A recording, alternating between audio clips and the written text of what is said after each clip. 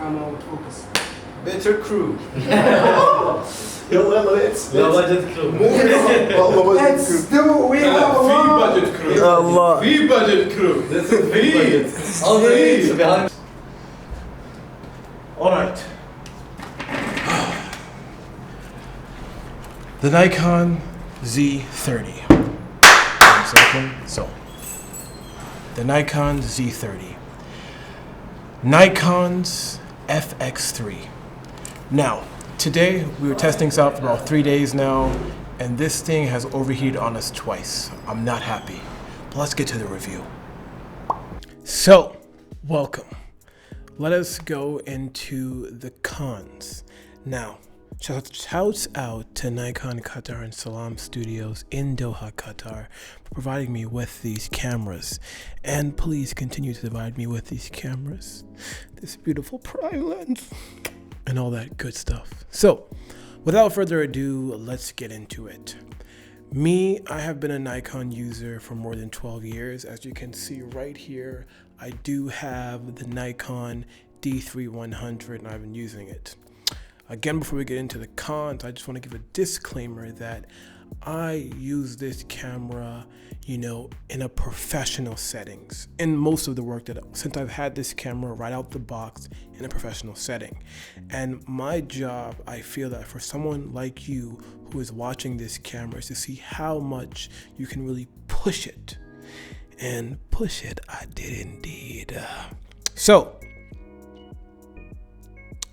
some of the biggest cons for me, unfortunately, is that I've had experience overheating in this camera. And when I say overheating, let me give you context. First time we did it top down, okay, shoot, and I was doing it 100 frames per second, okay, in 1080p. I don't know why that bug wants its 5 seconds of fame, you know what I'm saying? But anyway, and that was less than 15 minutes, okay? We're doing continual shooting less than 15 minutes, it overheated. No AC on in the background. I do live in the Middle East, disclaimer. Second time it did it in the same setting, but this time it was in 4K, okay? And it did overheat and it shut off, okay? Another thing, and this goes down to another part of the video, another con for me is that there is no log profile. And Nikon did say that, hey, they're going to take stuff trickling down from the Z9 to put into the Z30. And I do say that with possible firmware updates, I do see these things coming into play, just because the overheating does show that this camera is possibly a powerful sensor. So we do see that happening. I do see that in the future coming. So those are my cons. There are a lot of people are saying that since there is no headphone jack in there, that is a problem. And even myself, I do see that as a problem as I'm recording audio externally to a different device. I do see that as an issue, I'm saying that they should have put that inside of there just because it's needed. It is needed, to take us to the next level. So now let's go to the pros of this camera. All right, let's now get to the pros of this camera. And I think it's very important that we do discuss a lot in here. Overall, comparing this to the ZFC, you get that handle on it, again, that handle that was missing. Beautiful. Some of the pros of the camera is that with the kit lens, the autofocus is great. This is one of the best kit lenses in the market for entry-level cameras compared to our competitors, okay? And we'll get into that too as well.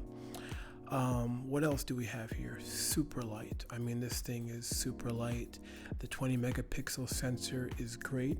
I prefer it to be full frame myself, but fabulous.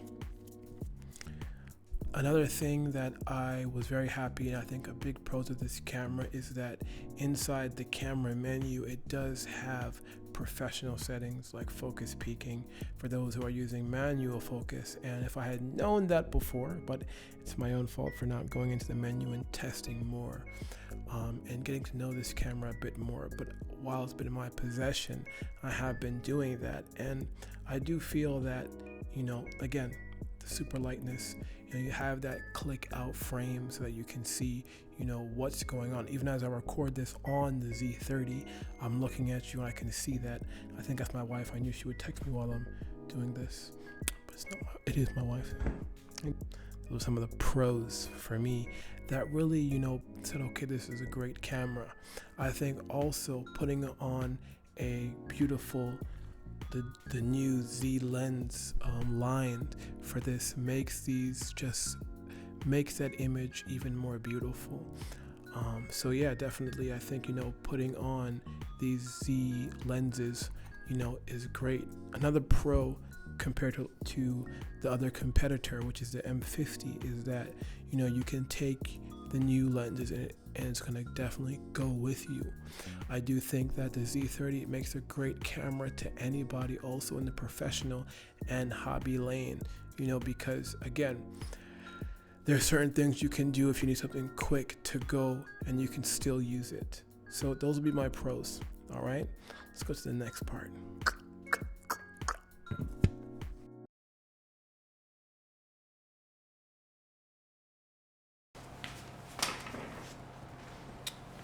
So definitely forgive the AC sound, but in this next chapter, we're going to take a look at how we used the Nikon Z30, not Z, Z30, to light a scene.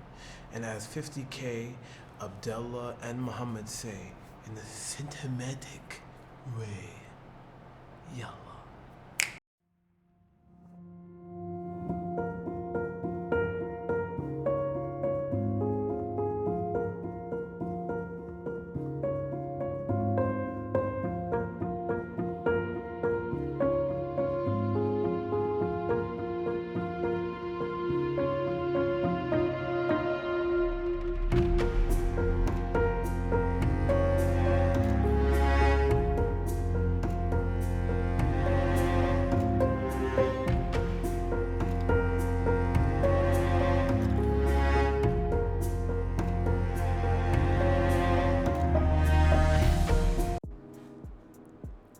Why do I call this Nikon's FX3?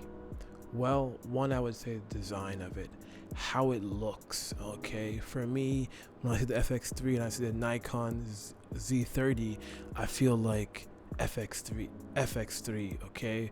I feel like, you know, you put this baby on a gimbal, super light. You can do so much with it.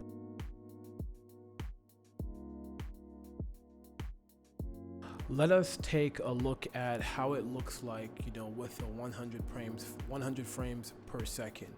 I record this clip to really see how it will look slowed down, and a couple of clips to see, you know, what we can really do with this camera in that mode.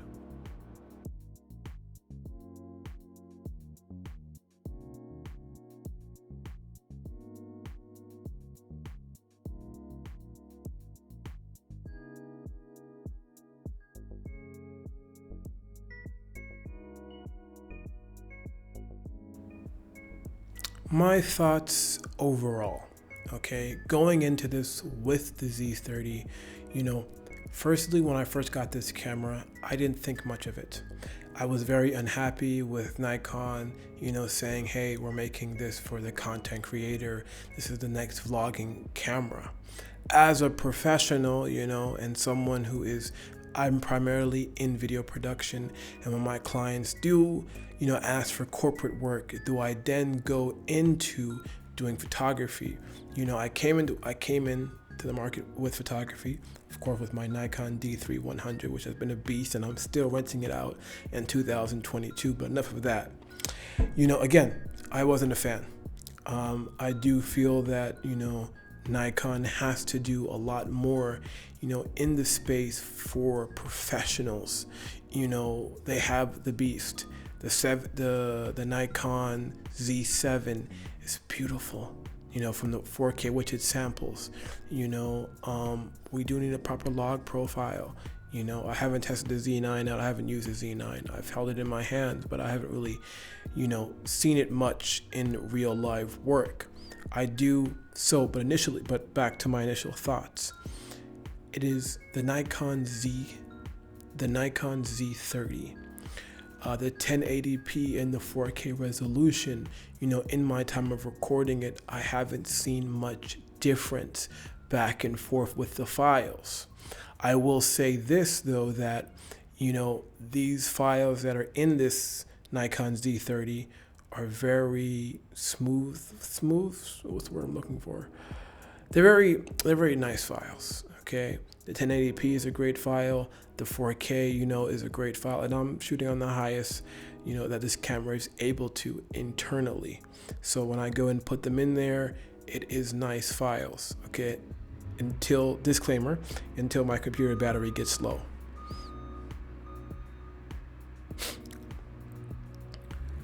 I apologize about the noise. You know, they always want to come at this time. So if you're thinking about buying the Nikon Z30, here's some tips that I recommend doing for you. Buy it used, buy it with a prime lens. Whether you buy it new or used, you want to get the content creator kit because you want to make sure you be bringing the best audio.